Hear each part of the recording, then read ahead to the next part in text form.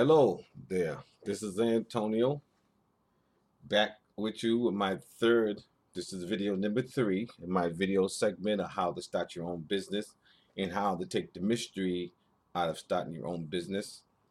If you have not seen my first two videos, go back and start from the beginning. Don't take shortcuts. It only does you good. You want to get that full impact information because I definitely calculate this to give you the best information up to date, um, to help you start your own business and take the mystery. My most important job is to take the mystery out of start business because again, a lot of people don't want to start business for fear, don't know how to start, feel like they got to have all this money. We're going to talk about all of that in all these videos. Like, I'm a business owner. I started with nothing, little with nothing. And I'm going to show you how to build that and how to finesse that, those business strategies where you can have the edge. You can have the edge on starting any business you want. If you're already in business, this is also a good video for you to learn some new tricks, learn some new style, and even make you even more fearless because you're already there. You're halfway there if you're already in business. I wouldn't care if you're so bananas one day. You're a business. You have business skills. So sometimes people don't look at things like that as having a skill. Or they worked at McDonald's, or they sold at Macy's or something like that. Anytime you're in a selling position, you're in business because you have to learn customer traits. You have to be able to talk and be able to make those sales. And sometimes your pay depends on it. Like I said, this going into business is not about going in to make money. I consider going into business to become independent. If you want to make money, you get a 9 to 5. If you want to become independent, you open your own business. And this is my segment. So this segment has to do with business organization. What type of organization or what form of organization as this put are you going to start your business on? And there's several forms. And we're going to go over some of them. I have my electronic notes here. And we're going to talk about the pros and cons. And I'm telling you, my experiences, it may not be like everyone else, but my experiences and my duty in this video is to show you those and take the mystery out of them. From experience, as I said in the beginning, I opened several businesses. I've started, oh my God, more than, whoo, I'll just say more than 25 startups for myself and others, from beginning into opening, grand opening.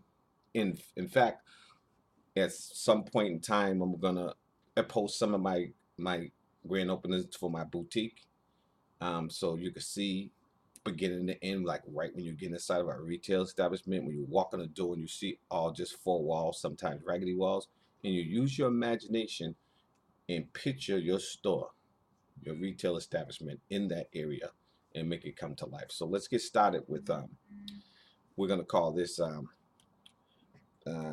we're going to be learning the type of business organizations. And you know how I do, you have to put my glasses on when I'm reading. So all right, so let's first talk about what are the types. And when they say the types is talking about the legal structure of your business. You notice how they have corporations all over the place? That's one form of a business or one structure. But sometimes some can be a corporation that doesn't look like a corporation. Corporation is just a title, it's actually an entity. A corporation is an entity outside of you. So it becomes a person, if you will. So for instance, General Motors Corporation is a non-person person. That makes sense. Um, Everything is like giving that person a social security number and that person's acting and you're just controlling that person, if you will. So let's just talk about it. You have the sole proprietor. You have the partnership. You have the limited liability company, which is an LLC, known as Formula LLC. Then you have a regular corporation. Now, I know that sounds confusing, but we're going to take the mystery out of them. And I brought my coffee with me. So let's start one at a time. The sole proprietor. Now, to take the mystery out of sole proprietor, I always think of it like this. A sole proprietor is a person who actually goes into business uses their own name, their own social security number, their own bank accounts and everything to do business. Okay. A lot of people, once they started learning about structures, they didn't go into business like that. In the olden days, before they had these different structures, which, believe it or not, are controlled by the IRS, who determines the structures of your business, believe it or not. And if you want to learn anything about how the IRS operates and how they determine what these structures do and all that, just go to irs.com, .gov, and then you can click on those forms, and you can actually download them, or they'll mail them to you. You can read on them and get in depth if you want to, but it's not necessary from here. So a sole proprietor would be a person who actually, when you're doing credits and transactions, you're using your social security number. You're using your personal information. You, Bob Joe's Pizzeria. Now, just because it's called Bob Joe's Pizzeria doesn't mean that it's a sole proprietor. What makes it a sole proprietor is the structure that they select, not the name that is called. Okay, so just because something says Bob's Pizza Place doesn't mean that he's a sole proprietor. He could be a corporation, he could be an LLC, he could be anything. What the structures determine is what you sign up for when you do those forms, and we're going to talk about those forms and how you just decide which one and the pros and cons. The second one is the partnership. Everybody knows what a partnership is. That's like two people using their social security numbers, or in corporations, because corporations can be partnerships as well, meaning those legal entities can partner together. Chrysler and Ford can partner together into a venture to do something. So they're partners, but they're not individuals. They're corporation partners, but they're still following the same partners. If I was me and my next door neighbor got together and opened up a garden lawn or something, we cut grass. It's the same partnership. It still falls under the same thing. And then also the limited liability company. Now I can tell you that since the sole proprietor thing has a liability attached to it, and we'll get into that. They come up with this limited liability company where you're protecting your personal assets while you're doing business. Lawyers, some doctors' offices, accountant offices, they're all limited liability companies, sometimes partnership also. And what that does is protect you from liability for your personal assets while you're doing business. So let's say I own some rental property or something like that. I engage into another business and someone sues me. Well, if in that business I operated as a sole proprietor, um, if I lose that suit, they can come after my personal property, my houses, my bank accounts, all that, because there's no protection. So limited liability structure gives you that protection. You would think, well, why wouldn't everybody have limited liability? Because limited liability formation of business has its limitations, just like all of them do. That's why we're going to go over the pros and cons. Then finally, you have corporation. Now, under corporation, you have different kinds of corporations. Yeah, you do. And you get to select which one you're going to be depending on, could be depending on what kind of business you're in, what are your plans for that business, how business you have public corporations that go public, where you go on NASDAQ, those are corporations. Then you have corporations who are just mom and pop stores. So it's going to be dependent on what. We're going to go over those different kinds and those selections, and we're going to go over the pros and cons. Okay? Take the mystery out of this. Now, where we're at with this is that you have seen my first video. We talked about the challenges in starting a business and so on and so forth. Then in video 2, we talked about whether you equipped with the knowledge and understanding and even the determination to be able to be a business owner. Now you're past all of that and you're ready to start. You're trading. You're at the very beginning. You're at the first brick of starting your business, and that is deciding which business structure you are going to enter into. So let's go, and I'm going to refer to some of the things on here, and I'm going to go over them. So it says a sole proprietor refers to a person who owns a business and is personally responsible for its debts and liabilities. So I'm going to tell you, Anyone who has not formed a legal structure and does business as a freelancer or contractor is considered a sole proprietor. But like I said, you have to be designated that when you first sign up. Just because someone says that or looks that way doesn't mean that. And as I can show you how to find out whether a business is a sole proprietor, a corporation, an LLC, or whatever. And then, although this does not form a separate a separate legal entity, a sole proprietorship is still responsible for complying with all applicable registrations, license, and permit laws, obviously. So if you're a sole proprietor doctor, freelancer, you still got to have a doctor's license. You still got to have went to medical school. That doesn't take away that thing. So it says the pros. Here's the pros of the sole proprietor.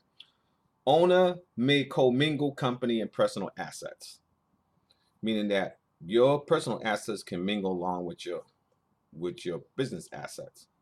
That's scary to me, but to each his own. Sole proprietorships are simple to set up and normally expensive, meaning they're really cheap because you really don't have to do anything other than sign paperwork. You got your name already on it. You don't have to ask somebody for this, next, some of that. And when you do your taxes, you already have your social security number, so that's what you'll be using. And it says the other pro is you earn income may be offset from losses and other sources. That's also true with other businesses, depending on which other section it is. Like depends.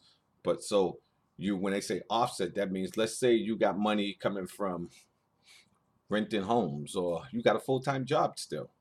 Well, when you get losses on your business, that offsets your tax on your money that you will owe on taxes on your personal income. Because what happens is you're on a Schedule C, and any losses or gains that come off that Schedule C transfers onto your personal taxes. So let's say you making 150,000 a year, and they've been whacking you with tax all year. Then all of a sudden you got this business, you created a loss. Guess what? You're going to be getting a return instead of owing. And a lot of people already know this when you get into the tax part of it, and I'll show you that later, way down. How to plan to succeed when it comes to taxes. And I can tell you, I think taxes is either the second or third highest failure for business startups.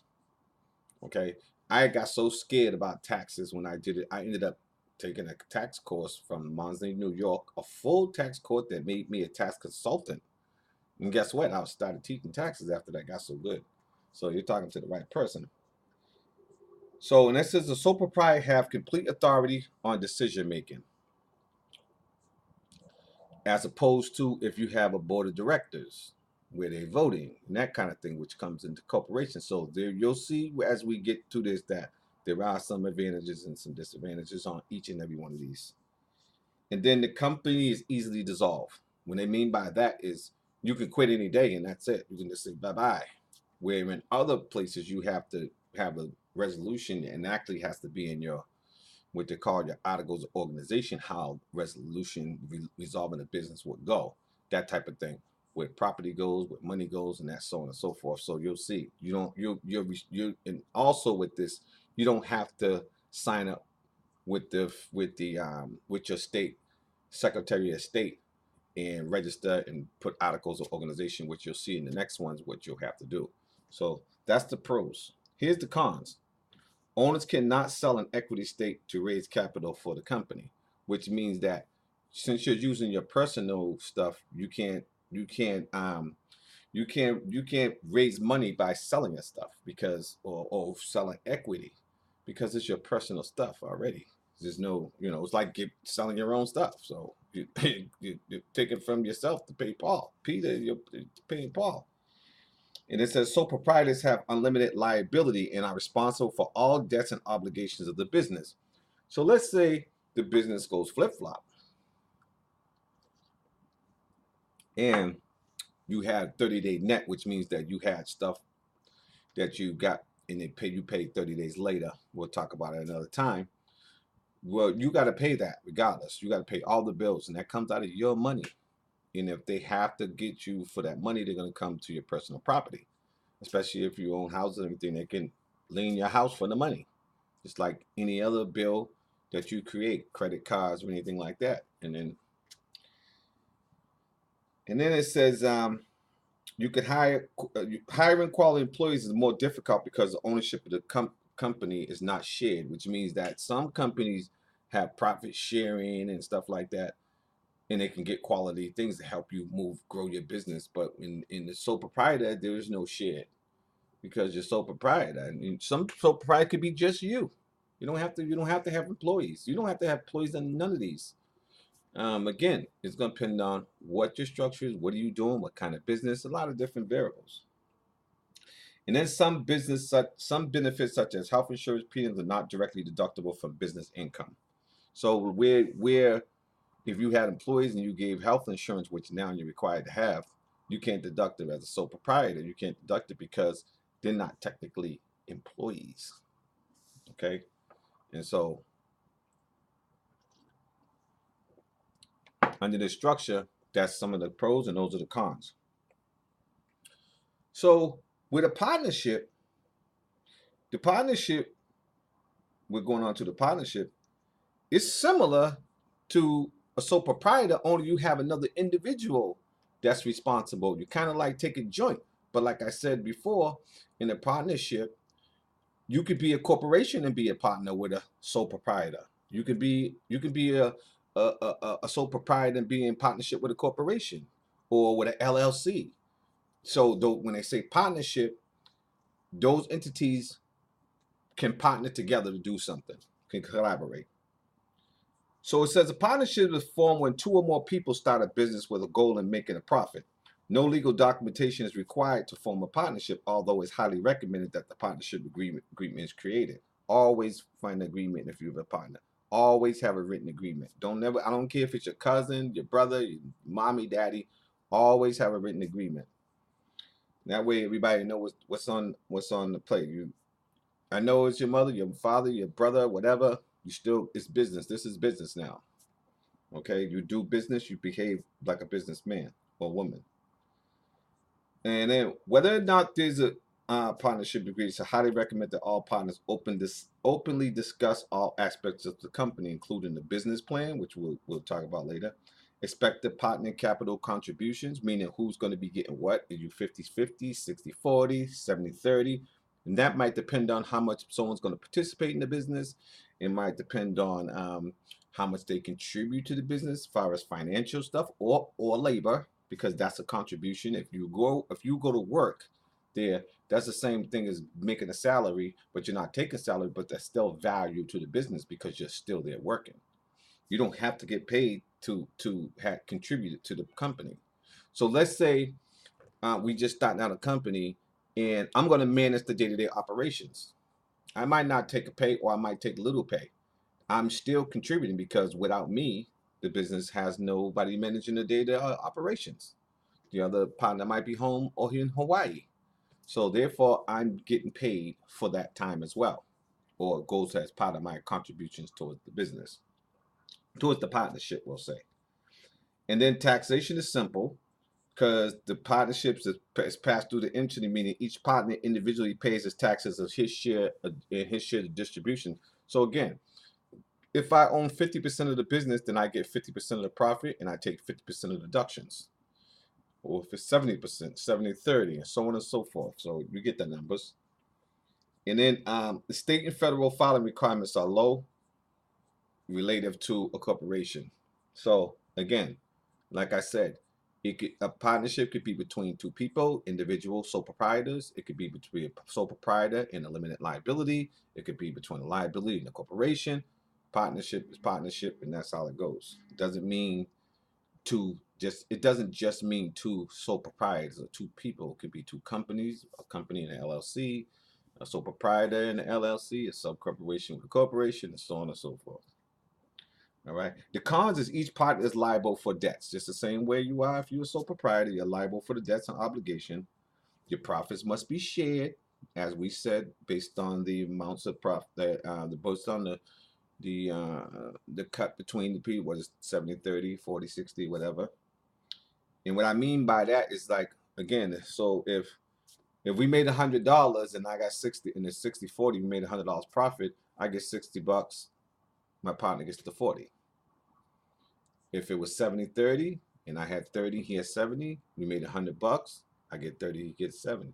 Now that's going to be determined how the business and what's contribution done to the business. That's the agreement that you make. That's why I said always have an agreement.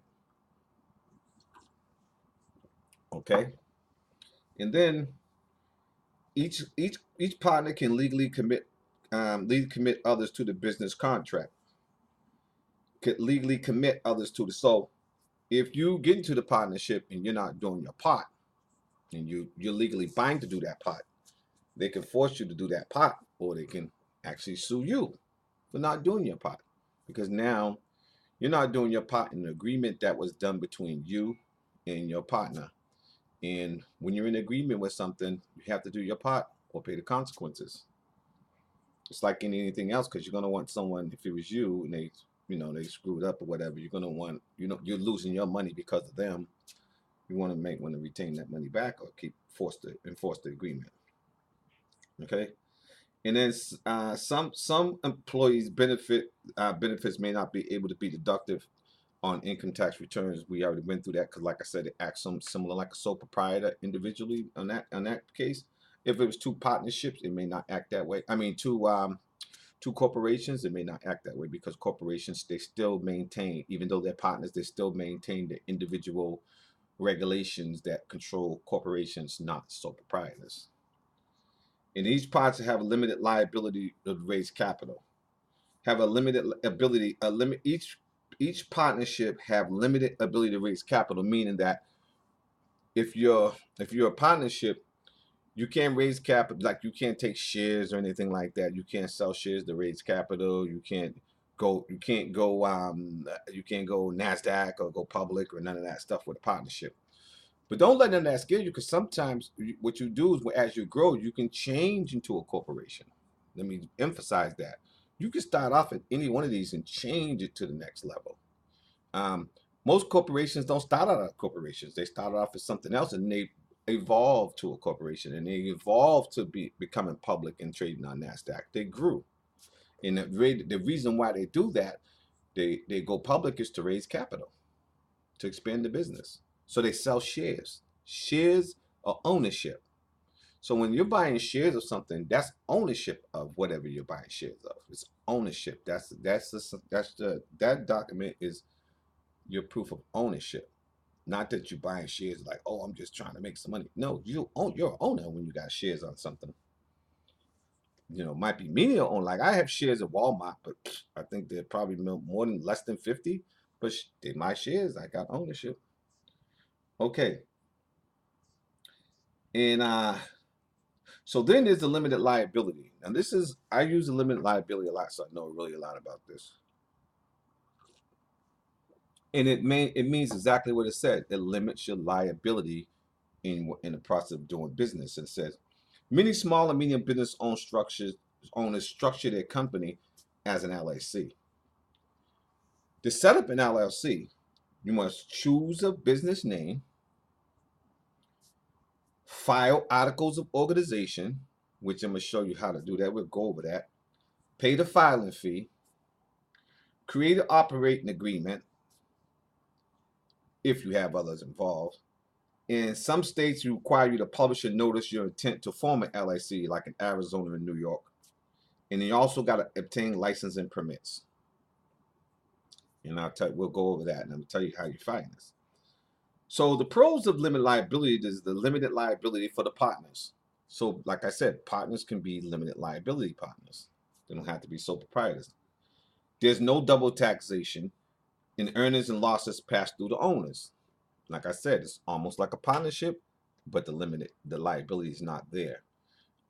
What they mean by no double taxation, so sometimes the company pays the tax, and then when you get the money, you turn around and you pay your tax on that same money. That's what they mean by double taxation.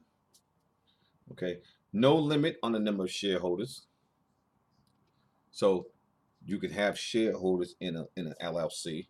A lot of lawyers and doctors and stuff, they do LLCs, and they kind of like a partnership, and they open law offices and doctors offices and hospitals. So a lot of hospitals are LLCs. Now a lot of hospitals are corporations. They're LLCs. Again, emphasis on the limited liability. And then any members only can be involved with the operations of LLC, unlike a limited partnership. Okay, so with a limited partnership, those people who are in the partnership can be involved with the business operation. With a limited liability partnership, you can put any number of people on board to that limited liability. Like I said, for example, doctors and law officers and stuff like that. And then there's fewer filing requirements than a corporation. Those are the pros. The cons is some states require LLC to dissolve after 30 years. So some states. And in some states require that the LLC dissolve after a member dies or quits. Some states. And then the LLC have higher regulatory and filing requirements than a sole proprietorship or a partnership. Meaning with an LLC, you have to you just filings that you do, depending on what state you're in, it's going to tell you when that filing is. As soon as you sign up and become an LLC, and you get your tax ID number, it's going to tell you the date that you need to file. I believe it's called 1122 or something like that. But we'll get into that. We'll get into that later. So most of the time, even if you open up a retail store, a bar or club or anything, you have a limited liability company. I can now say about 75% of the small businesses that start out as a limited liability company because of the flexibility it has for people. Okay. Now we have the corporations. A corporation is much more complex and expensive to set up, which it is, but allows shareholders to separate company debt from personal assets. The corporation is legally considered an independent entity that is separate from its owners. Remember, I said that the corporation is like an individual of himself, where you have all the people controlling that person. So when they sue the company. They don't sue you. They sue the company, and that person, whatever that company have, we call it a person. That company, a person, that's what's in that company's pockets. That's all they can get. They can't come personally in most cases. There are some cases where they can, if you violate a law and you're in charge there, you can actually still go personally because there's not a limited liability. But for the most part, it starts and ends with the company. And this is the reason why a lot of companies close and open up in a different name. Yes. It could be the exact same people, the exact same kind of business, operating under a new name. They do it all the time. If you destroy the name of that company, I can't think of examples right now, but if you destroy the name of that company, or something happens and no longer wants to hear that name no more, you simply close out and open under a new name. They do it all the time. All the time. So I just want to going back to the limited liability in filing articles of organization. And you're going to ask, what is an article organization? Well, an article organization is what you file with the Secretary of State of your state. Every state has a Secretary of State. This is where corporations file their filings at on the state level.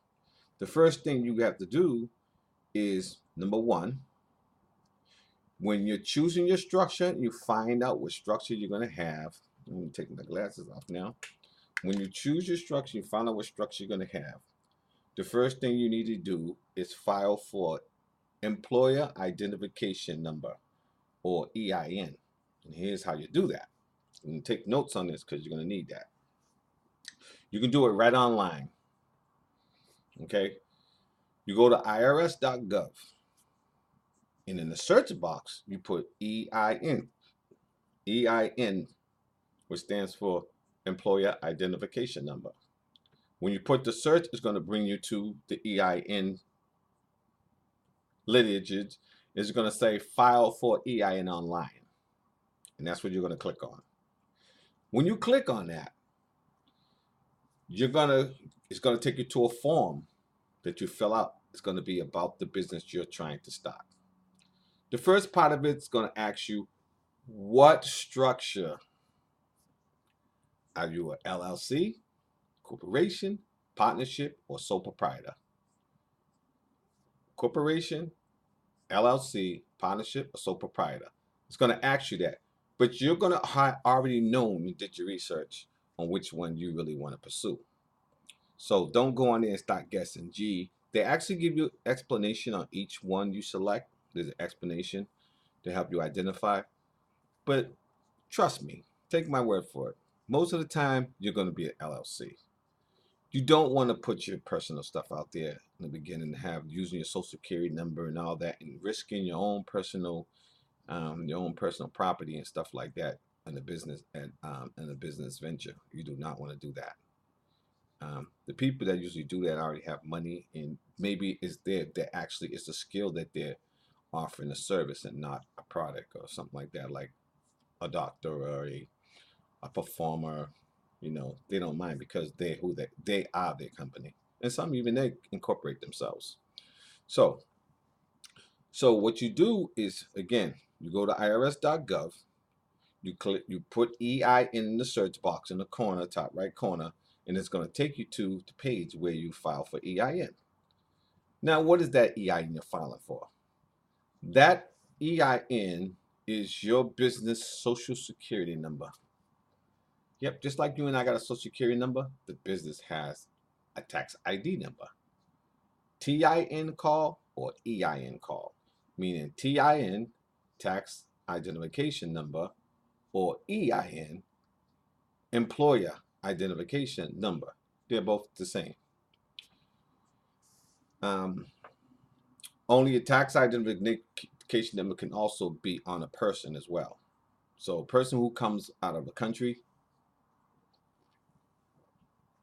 who doesn't have a social security number can apply for a tax identification number. Let's say if they're here for visa, working visa or something like that, they still got to pay taxes. So they don't give them a social security number. They give them a tax identification number in order to file taxes or whatever. So your employer identification number that's exactly what it is, and an employer, because as open a business, you are an employee even if you don't have employees. You're still an employer. So you take that form, you're going to select your structure, form of business is going to ask you that. Then it's going to ask you some basic information. The name of your company or the name of your partnership or the name of it's going to ask you how many people. If you go in there and you push sole proprietor, it's not going to ask you how many people, because sole proprietor is only one person. That's why it's called sole proprietor. Okay, get the hint. If you push LLC, it's going to ask you how many. If you put more than one, they're going to treat it like a partnership. Now you would have to get it designated as LLC through IRS through another form. Just follow the instructions on there. So this is what I do. What I do is I put LLC one person. I get my tax ID, then you can add people from there on it after that. So that's a trick. Okay. If you do it the way I just said it and they tell you, oh, we're going to treat you like a partnership. Well, your intention was you was going to do the LLC, but they turned it into a partnership because there's another form you would need to do. That's not online. It's on there, but you just can't fill it out on there. You have to download it, fill it out, and send it in. So instead of all the hassle, just if you're selecting LLC, just put one person. In the next boxes, the next space when it changes, is going to ask you the name of your business. It's going to tell you the rules of the name. It's going to say that you can't put LLC at the end. You can't put Inc. at the end and all this other stuff. Just read the directions right there. They're simple. They're right there. They'll still tell you in your name this is what is allowed. And then the address. The address can be where your actual location is, but I usually start off, even if I'm going to say open up a store somewhere in some location, my location is always going to be my home. Always use your home address. You can't use the PA address. It has to have a physical address. Okay, so use your home, because it doesn't make a difference what the address is, but you want the mail to come to you. Now there's an option that says, do you want the mail to come somewhere else? But why stick your stuff over there when maybe you might move a year from there? Now you got that address on it. Just use your home address. It's simple. And then it's going to ask you your business name. Now, your name, make sure it's spelled correctly before you file it, because if it's not, it's no good to you. Because if your forms don't match what your business name really is, it's no good. It has to match exactly. So remember, when you make your business name, this is what it's going to be. This is what it's going to be. Otherwise, I mean, you can start all over and do it again and get another one. You can go unlimitedly. But the fact remains is, when every time you do it, you're required to file those forms within, I think it's 3 or 4 months. So you don't want to be sitting around trying to file forms for a bunch of mistakes you did. So be sure. Think about your business name. What are you doing? What are you going to be doing? Make it attractive to that. Like we talked about that in the first segment. If I'm selling cupcakes, I'm not going to be saying um, uh, Tony's jam cakes or anything like that, because it sounds like the cakes are destroyed. You got to put some puffy into it, like Tony Sweet Cakes or something. Make sure you think about your name and think about what you're going to be doing and who you want to hear. And the name of your business is going to be just like your own name. It's gotta. You want it to have some credibility when people are searching for it or searching for you or your business. So think of your name before you go on there. Now, it's also going to ask you a series of questions. Do you sell firearms? Do you have vehicles? Are you going to be doing gambling? These are all questions that if you answer yes on any one of them, you're required to make other filings. Okay.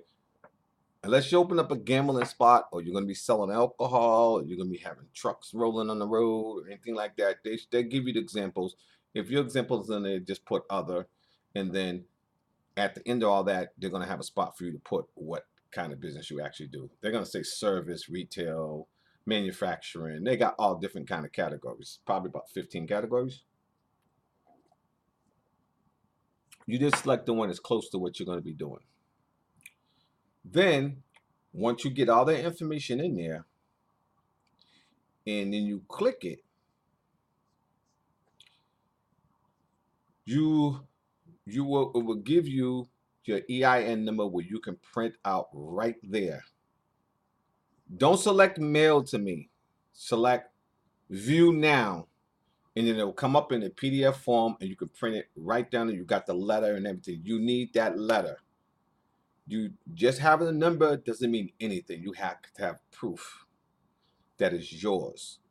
Your proof is that letter. And actually, I'm going to go get a copy and show you what it looks like. Give me 1 second.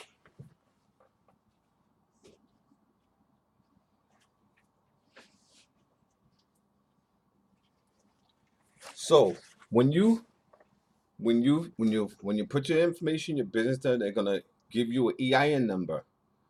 Without that EIN number, you can't open accounts, business account. You can't do no loans. You can't do nothing. When I say loans, I mean you can't do 30-day net. Like if you own a store and you can get the stuff for 30 days, this is your number, the social security number, if you will, of your business. So anytime that you do business, this is the number you're going to use, not a social security. This is what your letter's going to look like when it comes out. Let's see if I can get it close up there. Okay. That's what it looks like. Okay. So it has the IRS heading right here. There goes your number right there. There's the street address, and then it gives you this thing. And then also there goes the date. It tells you have to form 1120 right there. Right there. And then the date, you got to have that in. Okay. So this is what it looks like. And it prints out. Keep that paper just like you keep your own social security number somewhere. That paper is very important for you. Okay. So now you got your EIN number, your employee identification number. When you go open up a business account, you need that paper. But also you're going to need something else. You're going to need to file your articles of organization, because the banks do go online and check that. Which brings me to a point. Okay. So far, what we've done is we looked at a few um, we looked at a few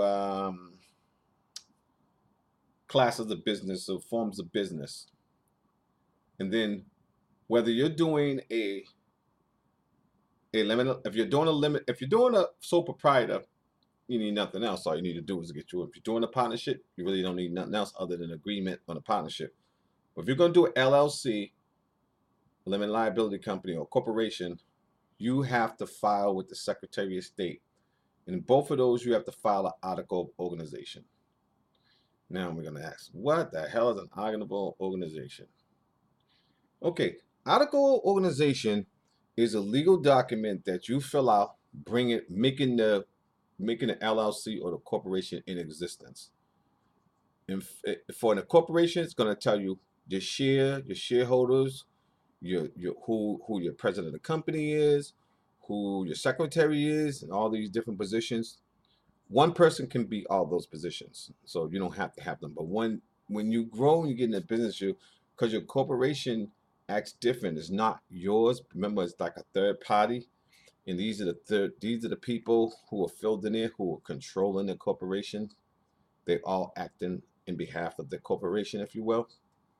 Where limited liability doesn't have shareholders, um, it can have shareholders, but it normally doesn't. It could, but your articles organizations describe what kind of business you in, who owns, and so on and so forth. And I invite you to look at my own articles of organization. And I'll tell you how to get there. So if you go to mass.gov, no, sorry, not mass.gov, because I'm in Massachusetts. Most of my business are registered in Massachusetts, and I have articles of organization listed. And this how you can find out what any business in that state, what organization it is, and what are the articles of organization, which tells you who the owners are, who the shareholders are, so on and so forth. For any business, business information is public. Not like your social security stuff is public, but business information. If you're selling a business, this is a public business, you can go on and find out who's owner. Just the same way your home is public information. A lot of people don't notice, but I can go online and see who owns your house and see how much you bought the house for, because it's public information. If I have an accident at your house, how am I supposed to find out who owns it? It's public information. So it is with businesses as well. From Microsoft to the mom and pop store. If you're a corporation, a limited liability, or even if you are a sole proprietor, because I can still find out the address to find out who the owner is by going to the county deeds. But far as for business concerned, you go on to your Secretary of State website, any state, whatever state, there's 52 of them. Whatever your state is, you go to Secretary of State. That's who definitely controls that part. You look on corporations. Even though it's a sole proprietor or whatever, that doesn't mean anything. If it's registered with the Secretary, they call everything corporations. Now you can look under is a search thing. You can look at under the name of the business. You can look at through it from the address. You can look at through the person's name, like my name, Antonio Celesta, Celester, Celesta, or you can look under the tax ID number, that like the EIN number. Now, what they did was recently, at least in Massachusetts, they started giving a mass number to the tax ID number because people were abusing the numbers. Just like someone takes your social security number and do something with it, they can take your employee identification and do something.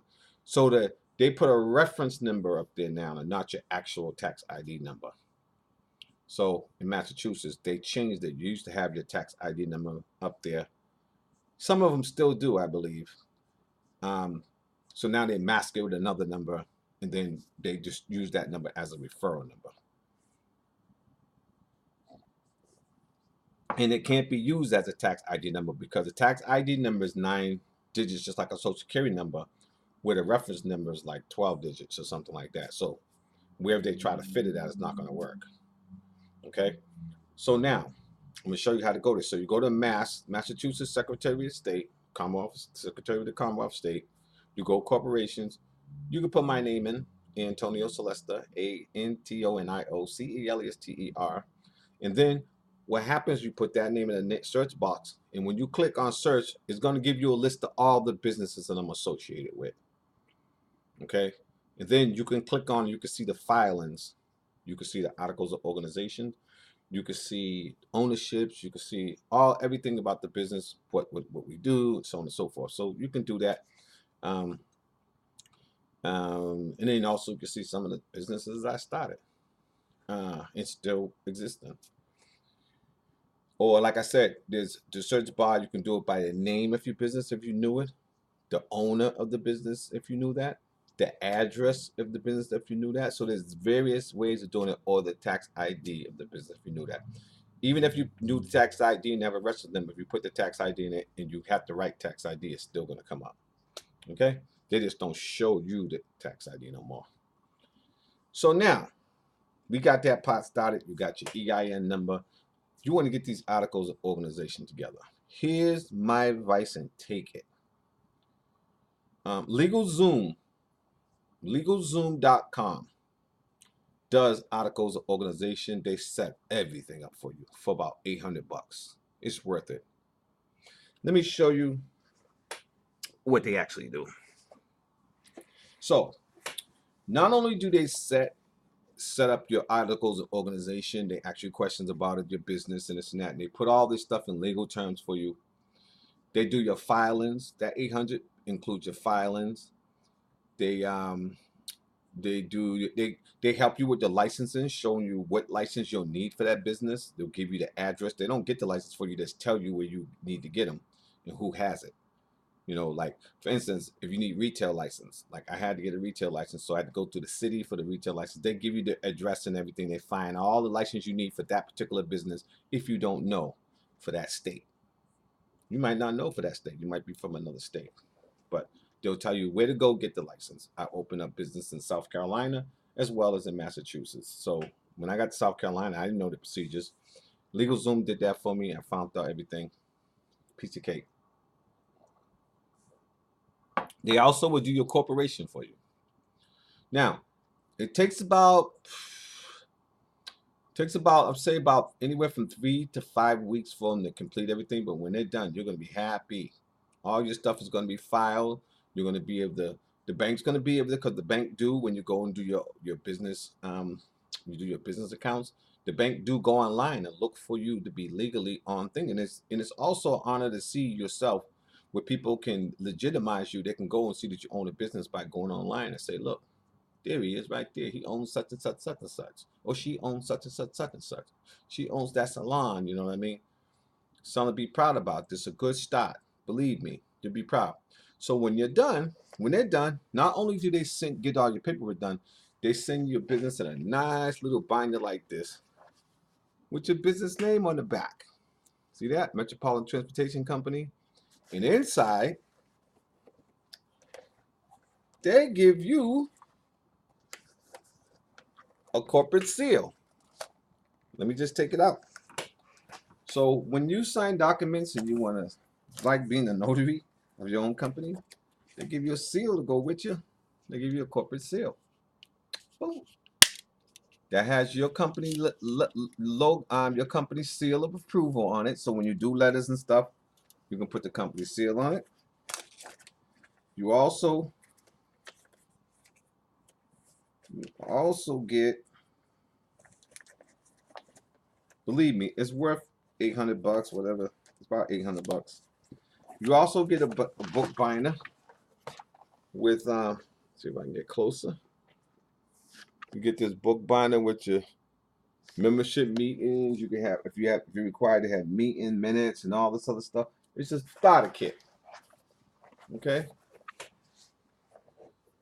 So LegalZoom.com will do that for you. Don't try to do it yourself. There's a lot of legal jargon. Even I know legal jargon, and plus it saves you so much time. It's about $800, but believe me, it is totally worth it. And also, they will do your filings for you and keep track of your filings for you, so you don't overlap. You're getting busy. You forget all about the filing. They'll do that filing for you as well for a fee. I think it's like $90 or whatever. But again, make them your partner. So whether you want to be a partnership, because you don't need it in a sole proprietor, you want to do partnership papers, limited liability papers, or corporate papers, LegalZoom.com.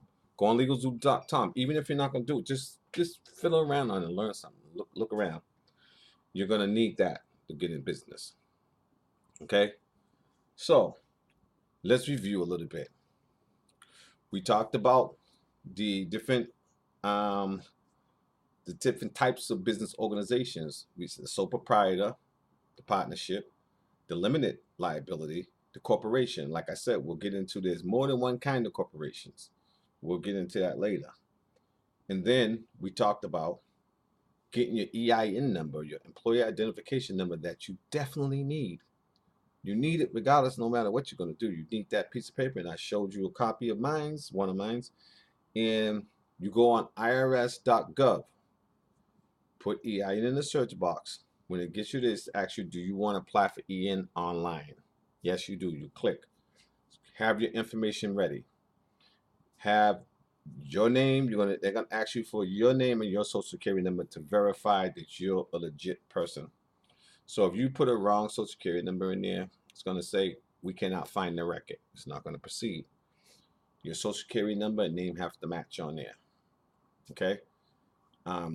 You put in your business name, your business type of business it on. It's going to ask you some other questions. What do you do? Do you do manufacturing, retailing, or services, and all this? And you click on one of those. If none of those fit yours, you put other, and then when you get on the next page, you're going to have a space to put the other. Right in that space, whatever it is you do, shovel shit, whatever. Then at the end, it's going to have you give your paper to confirm everything before you do it. Because like I said, if something's misspelled, once you do it, it's done. Now I can't correct it.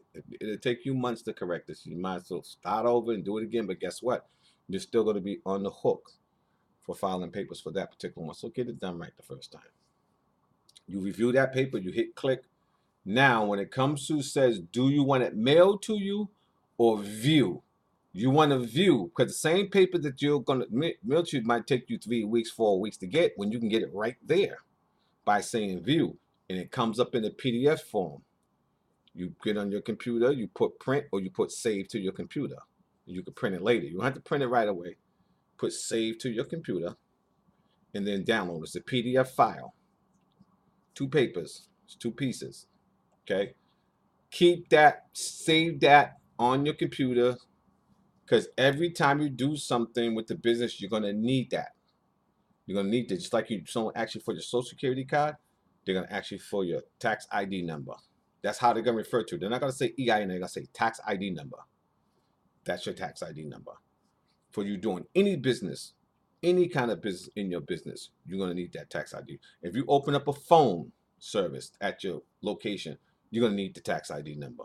If you put cable at that number, you're going to need the tax ID number. If you open a bank account, or you're going to take credit cards, or you're going to give gift card, you're going to need that tax ID number. You're going to need the actual paper. You can't just give them the number. That doesn't work. You have to have proof. If you lose that, well, guess what? You just put yourself in a big bind. So that's why I said, keep a copy on your computer, print one out. That way, if you lose it, you can always go to your computer and print it. You need the physical paper. Just like sometimes when you go to a job, they say, we need to see the social security card. We know you got it, whatever. We know the number exists, but you have to have it in your possession when you go to do some of these things that I've just talked about, which we're going to talk about those later. I'm going to show you how to set up your business, how to set up accounts, how to set up for 30 days net, how to build your business credit. We got a lot of videos coming, but this is the beginning. Please do it the way I asked if you want it to work. Okay? So all right, so now you got your EIN number. Congratulations. If you've done it already, congratulations. If you have any questions, you can click on a link and send me questions. What else? Okay, so you got your EIN number. Now let's talk a little bit more about LegalZoom's process. And I'm going to go into LegalZoom's website. Let's see. So LegalZoom, if you don't know, It's a law office who actually help people do different things like write wills and stuff like that. They're very, very good. I mean, I have to say to myself, they're very good. And they do a lot of different things. So if you go to LegalZoom.com, when you get on the website, it's going to say, welcome, legal help is here. And it's going to say business formation, wills and trusts, intellectual property, or just legal advice. Okay?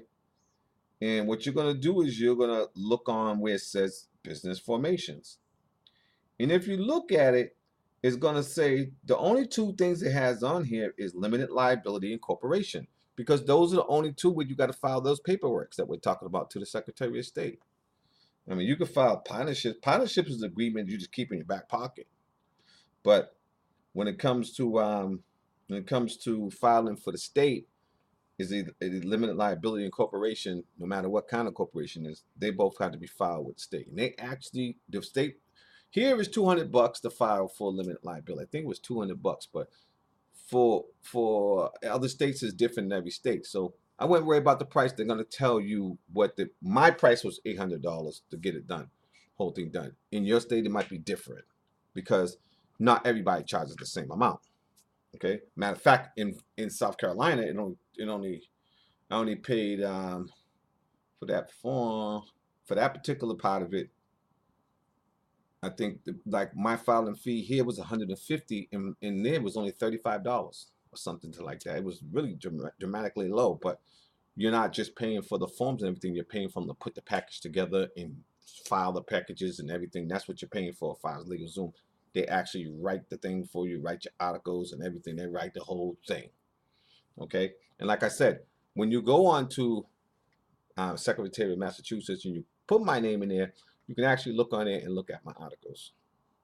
They got the forms filed and they'll say articles and whatever is filed there. You can look at those. It's all public information. Nothing. I don't need to hide it. Okay. All right. So you go there. You push on. We're on legalzoom.com. That's LEGALZOOM.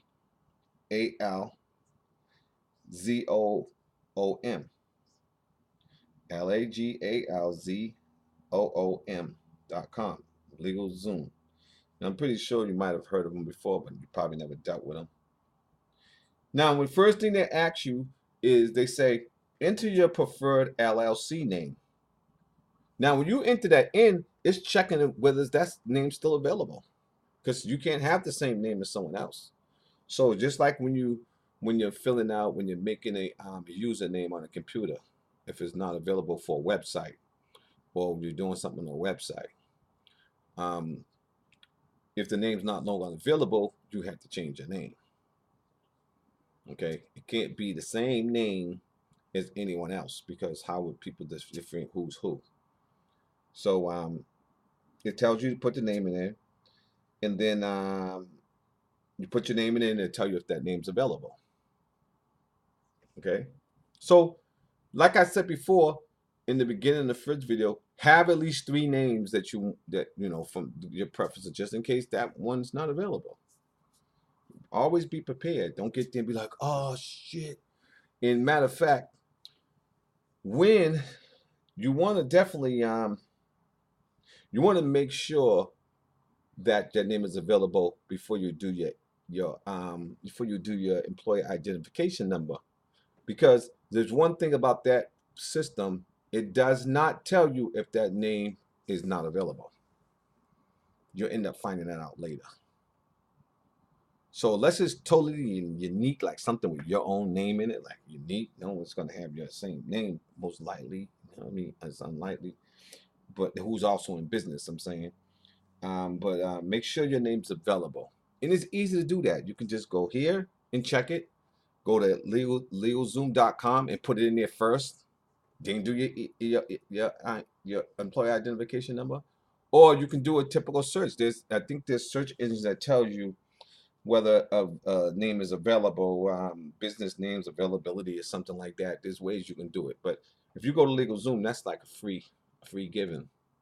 Put it in there, check it, bam. Oh, it's available. So then you go do your EIN number. Okay? Let's do it that way. I'm not sure.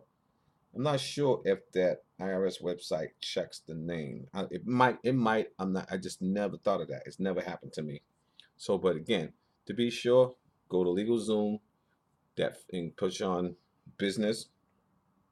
You push on business forms or whatever form of business, and you put when you push that, it's gonna. If you push business formation, and it go whether limited liability, and it's gonna say enter your preferred legal name. Now, if you push corporation, it's going to say stop my corporation. Then it's going to ask you for all these different things. But let's go back to limited liability. You go down there, it says enter your preferred LLC name. LLC means limited liability. That's what they refer to it as short, LLC. I own an LLC. You don't have to say I own a limited liability, all that. I own an LLC. And you put the name in there, it says check availability. You check that. If that turns green, go right on and do your EIN number in that name that you selected, okay? All right. So let's say you got your EIN number. Now, the first thing, like I said, contact LegalZoom. Because that process is not easy, not easy even for the most skilled. It's just so simple just to let them do it. Believe me, you will give yourself a freaking headache trying to do that. Invest the money. They let you pay in pots too. You don't have to pay it all at one time. They let you put so much down. Then you as it takes them about 5 weeks to complete. So pay them a little bit into a little bit, but they don't give it to you until you're fully paid. But they'll break it up in payments. They'll start it, then you send some payments in, boom, boom, boom. By the time they're done 5 weeks, you're gonna be all done. But you're gonna be very happy. You're gonna be proud that you get this done because it's gonna look so professional, and you're gonna be able to go online and be like, "Oh, look at me." It really is a good feeling because now you feel like you're on your way. You're doing something. You completed something. That's a major task to complete. Don't underestimate this part of it. It's major. It's the brick. That's the brick that it's the foundation of your business. And you don't know where your business is gonna go. Make your foundation strong. So let them do that. You could be focusing on your other plans. Okay. So normally my videos last hour and a half. I like the last an hour and a half because I like to get some of the stuff in. I think our next segment, let's just talk a little bit about the next segment. Um, the next segment is going to be selecting the type of business. Like, I don't know what kind of business you're going with. It's retail, what is manufacturing or whatever. But I can tell you this, we the trends have changed big time for retail. No one's really opening retail stores now unless you're really specialized. Places like Walmart and even Sam's Club, now these places are closing. Amazon is giving them the business. Changing the game. Pretty soon Amazon's gonna be landing drones in your front door to deliver. I mean, this is like bananas. So let me tell you something. Don't turn your business into a dinosaur before it even starts. You gotta be thinking ahead. Innovate whatever you're doing. Make it futuristic. Plan it for the future. Look ahead. And there's some certain trade books and stuff. I'll actually let me get to that part. We're nowhere near that part, but I'm gonna put you on to some trade books. I'm gonna put you on some resources where you can get some information on getting some new ideas and trying to stay ahead of the game. If you're in retail, I'm thinking. If you're in the service industry, like if you're doing open up a salon, a lot of that's going on. Um, we're gonna talk about some of the things we can do. I have a lot of salon friends because I own a boutique in fashion, so they kind of like go together. So I know a lot of hair salons. And I've seen a lot how they operate and stuff like that. I was even gonna open one, and I with the philosophy that you don't have to be a hairdresser to own a hair salon. I don't have to be a barber to own a barber shop. You have to think like that. Because if you do, you limit yourself. You say, oh, gee, I can't open a barber shop. I don't have a barber's license. No, you just hire people that do have one. Then you stick around and help you understand so you can run the business. You hire them to run the business. Okay, they're the ones that know, right? All you gotta do is you gotta know how to just run any kind of business. Managing a business, when you're good at managing a business, you're good at mostly managing any kind of business when you understand what you're selling or when you understand what you're doing. Okay, that's all you gotta do is understand what you're doing and how to make decisions. Okay, so your skills are adaptable, if you will. So okay, so now let's say you got your EIN number, you contact LegalZoom, you got your articles filed, you're up there, people can look you up, boom, boom, boom. You also have to have a resident agent that's on that form. It could be anybody. It could be anybody who's not at your address. It could be that has to be in the same state that you're going to be in, and that someone who, when they want to serve papers or look for you, they serve it to that person, and that person actually gives it to you. I kind of use my son sometimes, my daughter. Don't make a difference. It'll get to me, but it can't. It got to be someone other than you because you're already on the corporation and or the LLC, and that you have to have a resident agent on the form. So make sure you think about that as well. They're going to ask you that. LegalZoom's going to ask you all those questions. If you don't explain everything to you, they're attorneys. They know exactly what you're talking about. Um, Once you get that done, you are officially in business on paper. You haven't got your license yet, or any licensing. Once you get your license, you have to file for those licenses. They're going to tell you which ones you need.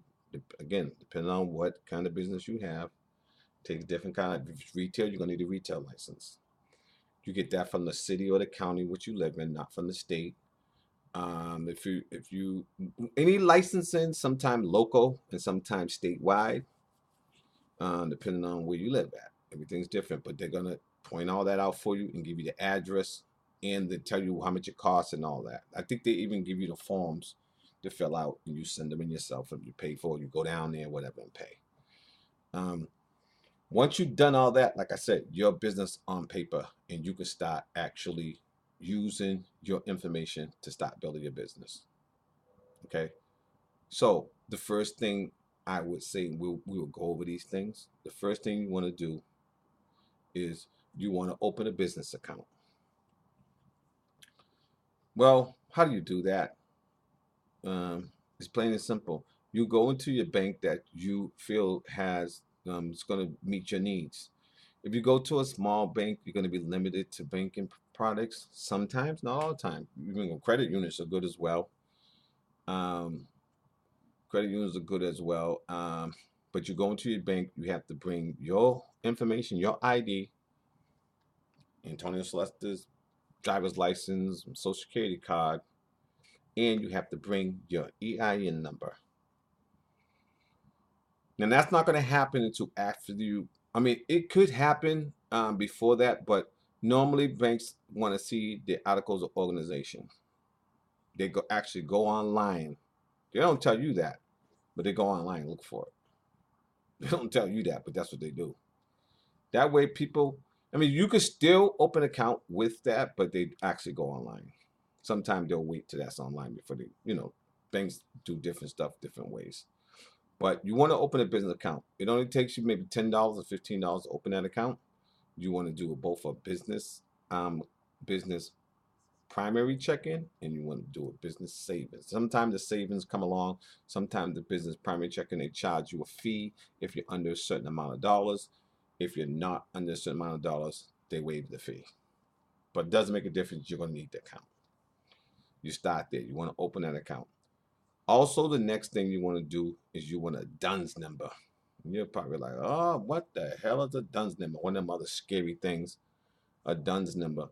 So a DUNS number, you need that. It's sort of like your EIN number, but it's your business credit. And you're gonna need that. And I'm gonna show you where to go get that at. Okay. Now, when you first do the DUNS number, you're gonna have the people calling you, oh yeah, your DUNS number, they're gonna want money out of your pocket, da da da, boom, boom. It's up to you whether you want to start your plan right then and there. Now, the difference between business credit, personal credit, and business credit is, and I'll tell you why you need the DUNS number. Okay, the DUNS is a and the DUNS number is free, just like the EIN number is free. Now, the DUNS number is the Dun and Bradstreet, which is how they measure business credit. Now, obviously why you want to have business credit, because you want to build your business credit so you can do things. Okay, so if you go on to done on you can go on productdnd.com, or you can go on done, just just Google Dunn's number, or get Dunn's number, DUNS. Okay, and it says create your business profile now. And then basically it's going to tell you to create your business profile. And the difference between a Dunn's number in your in the EIN number is when you do credit with companies, they're going to ask you for a Dunn's number, because that's going to measure your credit business worth. This is your business credit profile. Even if you have none, it's still a profile. Now, the difference between your credit report, which you don't never, when you're doing your business in your low profile, you never use your social security number. Never. If they ask you for it, no. It's a business account. Don't let them talk you into saying, oh, yeah, give us your social security number so if you're going to be a surety. No. Move on. Because what they're doing is trying to tie you in personally with liability by getting you to sign that. I made those mistakes before. Do not give your social security number. Say use my DUNS number or use my EIN number. That is the social security to the business. Separate them. Don't give your social security number on business transactions, period. Remember what I told you. All right. So now the difference between this report and your the personal report is when you do your business credit report, you actually report your transactions to here and they verify it. So let's say I did business with the Verizon company for my phone service. Then in my account, I will put I did business with Verizon company. Here's my account number. Boom, boom, boom. And then when I put that in there, the Duns people, if you will, verify it by calling Verizon. And Verizon says, yeah, oh yeah, we did business with, he's a good payer, blah, blah, blah, blah, blah. They put that on your credit report. It'll say unverified until it's verified. Then this is how you build up your credit, your DUNS report. Okay?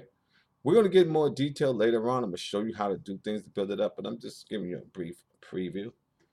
Because I do want you to get a DUNS number after you get the EIN number. But you don't have to pay. Like, this is a paying service to build that credit report, but you can just sign up for it, request the DUNS number, then you're gonna have people calling you, oh, you need your DUNS number, open up your account, da da da. If you're not ready to pay that right now, don't do the DUNS number right away. I think it's somewhere around maybe a little bit under $20 a month for the membership or whatever, but it's gonna be worth it.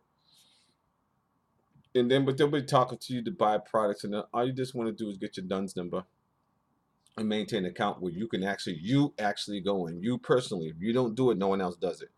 When you get accounts and you do stuff, you rent property, you do the, you go in there, you put in there, and then they verify it, and then they say verified. So now when you give your DUNS number and you go to do something and get credit with somebody, they go, let me see your DUNS number.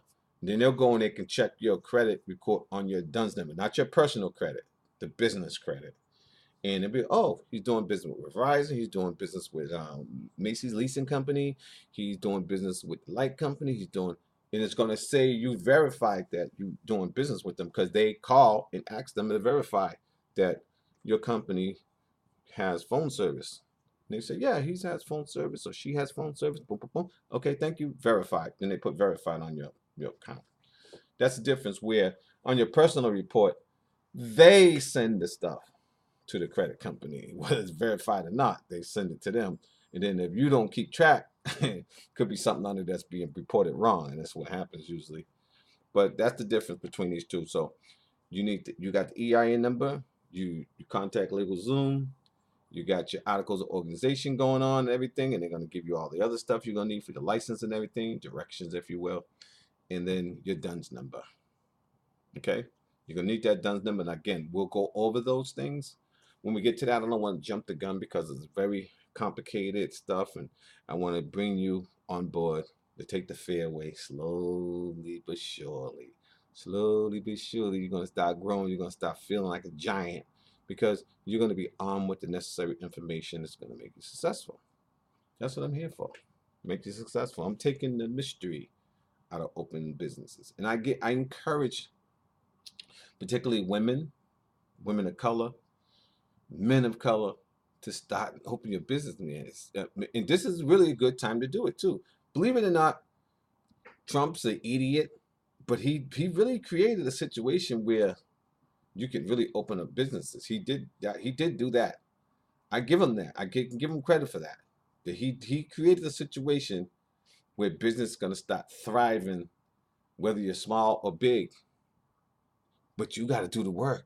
You have to do the work. You can't. They're not handing out money. I can tell you that. You can apply for loans all you want, but that's why I'm gonna show you ways to do things where you can stop with no money and take the mystery out. I don't care what the business is. I'm gonna show you skills that I've honed myself, implied myself, and worked for me to get your business going. Because a lot of it is about being creative. You know, there's like real, like in real estate, when they say you have to have the creativity in order to get it. Like you can get real estate with no money if you're creative with the financing. Like you be create finance. Like if you can convince, okay, this is how we're gonna do the deal. It's the same thing with businesses, but people don't look at it that way. They think that I used to think that, oh, I need all this bunch of money. Yeah, eventually you'll need money, but you don't need money at the beginning, and show you how to get to that point. You know what I mean? That's why you don't quit your day job yet. I still, even today, I still work a 40-hour job, um, not because I'm not making money. It's because that on that, I am not at that place I want to be. Plus, it keeps me busy. Um, but I do that for a reason. That's my stepping stone. I'm not there to retire. I've been doing cooking for 30 something years. I'm not going to work to punch the clock to retire. That's a plan. And I'm going to show you about those plans too when you make this plan. When we get into the financing part of this, I'm going to show you how to use what you're already doing. And if you ain't doing nothing, I'm going to show you how to do something to get to where you're going to be. And it's just a bunch of little baby steps. And you got to be patient. And you got to be dedicated. And you got to be motivated. That's all. If you're not going to have none of them, there's no sense you even listening to my videos. Just be dedicated, motivated. Forget all the money part. Like I told you, you're not going into business to make money. You're going into business to become independent. You go to work to make money. Okay? So if you come in thinking, I'm in this for the money, you're going to be sadly disappointed. But if you come in to say, I'm coming to be independent, you're going to be very happy. Very, very happy. Now, if independence means get my money, yeah, but don't say I'm here for the money. Because there's going to be times you're going to be working for free. Yep. You're going to be busting your behind. You're not going to get nothing. So don't say you're in it for the money. You know, when I first opened my first retail establishment, the boutique, it started off as a woman's shoe store. Beautiful. I started from the ground up. I did all the paint and everything. It was beautiful. I'm going to post pictures when I get to that time. I'm going to show people some stuff, the transition, what I did, who did what, because it's important. And I was selling stuff, but I had made no money because you know why? I had two full times and a part time staff, plus meeting the regular obligations like the rent, the phone, the cable, which is part of the phone system, um, other expenses, labor stuff, cleaning. You know, that's money coming straight out of my pocket. Out of my pocket. Out of my pocket. I was making no money.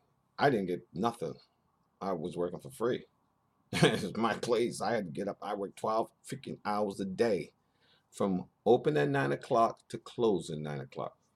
Who is going to rely? Who's going to open your stuff, your shop better than you? Who's going to close better than you? It requires you to do this stuff. You can't assign that to someone else. I don't care how tired. You know, I drove. It's about 37 miles one way, 37 miles home. So it's almost in the morning traffic, almost an hour and 40 minutes getting there. And then at night, maybe an hour because there's no traffic because I left at 9 at night. But still, I wasn't right around the corner. You know what I did? I came home, took a shower. I probably done ate at work and went straight to bed to get up to do the same thing again. 7 days a week. 7 days a week. I was burnt. Okay? So this is not easy stuff. Not easy stuff.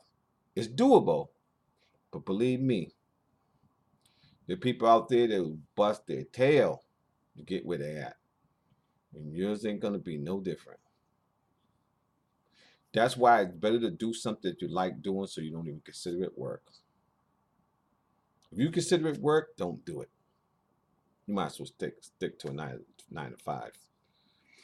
If it's something you love doing, you're not gonna look at it as work. It's part of you. You don't feel like I've been working because you come home happy because you're doing something you love to do. Or you're satisfying people that you love to satisfy. You're catering to the people that you like to care for, or whatever. Whatever floats your boat, that's what you want to do. Do what's best. That's best. But also remember this: it's really not you who dictate what happens. It's your customers or the people you serve. They dictate it. Believe me. Like I said, I started out with a women's shoe store. Hey, I'm just gonna sell women's shoes. Then I ended up selling panties. Then it was bras. Then it was dresses.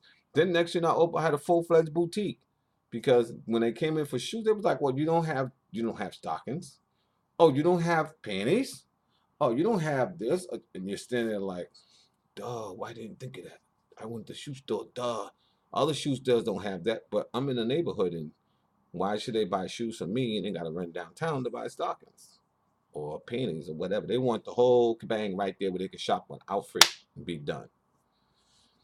I ended up doing a boutique, changed it around. And then, I'm going to show you some of sometime you're going to see the pictures. I'm going to show people how I changed it and this and that. And when the time change came and all that, just so you can get experience of how it feels like or getting the inside of the mind and decision making process when you're doing any kind of business. There are things going to come up that you didn't know was going to come up.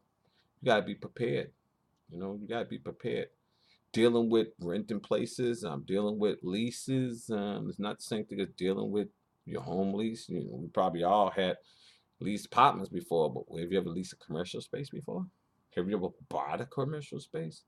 We're going to talk about all of that. I'm going to show you some tricks of the trade that you is so valuable. I should put it in the book and sell it, but I'm not going to do that.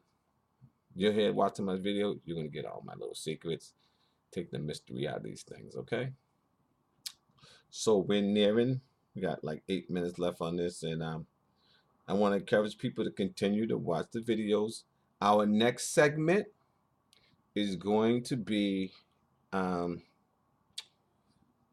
We talk about business plans. We did that. Blah, blah, blah, blah, blah. We're going to talk about formulating. I believe that the business plan. Did we go over that yet? It's going to be something like that. I'm not sure if my next segment is when I'm going to take this out. I'm going to have to review my second segment. I know we talked about business plans, but I think we was going to actually do one. Go through the go through the parts of it, so on and so forth. And the reason why I say about business plan, it's technical. It scares people off, but it's just your roadmap. It doesn't have to be nothing all slide and all that. And I think I did talk about getting like a business plan right. It's free online and just you put the information in it. It's in it. But I'm going to show you how to calculate your money, how to calculate what your possibilities are and making it what part of that market is out there for you if there's any part. Like if you're selling the same thing 99 other people are selling, you're probably not going to be in business long because that's already sold up. You need your own niche. I'm going to teach you how to get that niche and find it, how to find it and keep it and master it. And so we will see what the next segment's going to be, but it's going to be progressive to this.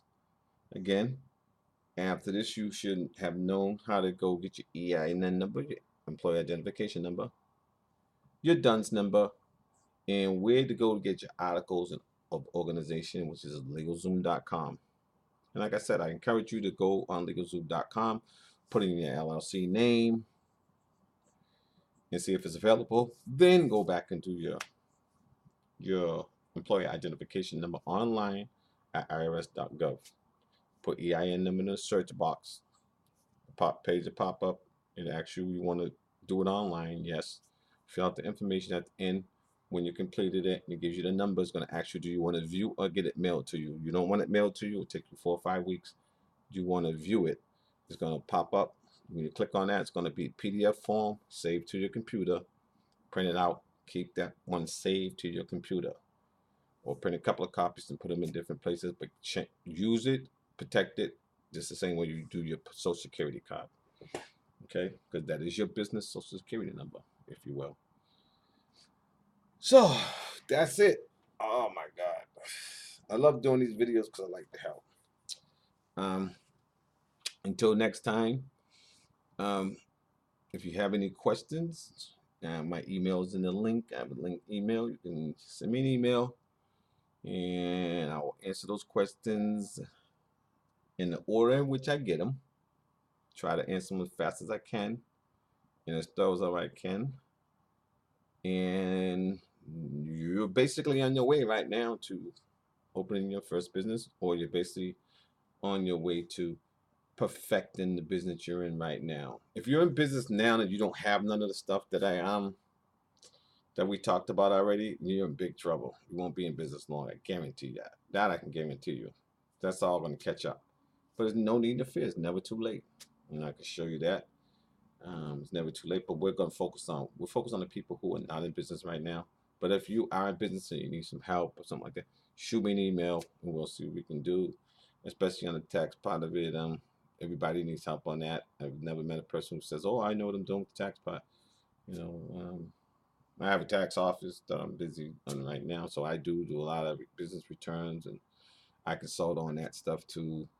We will do a segment about the tax part of it and how to do the taxes and how to take advantage of our business structure, our form of business, and so on and so forth. Okay, that be it. Well, I'd like to thank you. Have a great time, and I'll see you the next time. Remember, I take the fear out of starting your own business. That's my duty. Take the fear out so you can have your own. Goodbye. See you next time.